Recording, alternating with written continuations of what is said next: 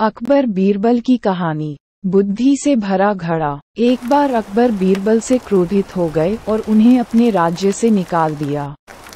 बीरबल ने एक सुदूर गांव की यात्रा की और एक नई पहचान बनाई और एक किसान के रूप में काम करना शुरू कर दिया। कुछ हफ्तों के बाद अकबर को बीरबल की याद आने लगी और इसलिए उसने अपने सैनिकों से कहा कि वह कहाँ है, इसका पता लगाएं और उसे राज्य में वापस ले आएं।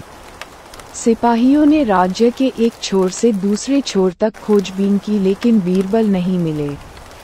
तब अकबर को बीरबल को ढूंढने का विचार आया। उसने पूरे राज्य में संदेश भेजा कि प्रत्येक गांव के मुखिया को बुद्धि से भरा एक बर्तन उसके पास भेजना होगा। जो व्यक्ति बुद्धि से भरा घड़ा नहीं भेज सकता, वह उस घड़े को सोने और हीरों से भरकर भेज सकता है। अकबर को लगा कि बीरबल को शहर में वापस लाने का एकमात्र तरीका उसे चुनौती देना है।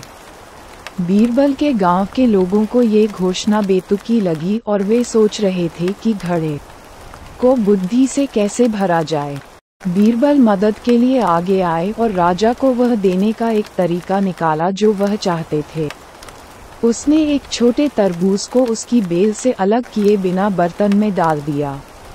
वह उसे हर दिन पानी देता था और इतना बड़ा कर देता था कि गमले की सारी जगह भर जाती थी। फिर बीरबल ने तरबूज को बेल से अलग कर दिया और बर्तन को राजा के पास भेज दिया।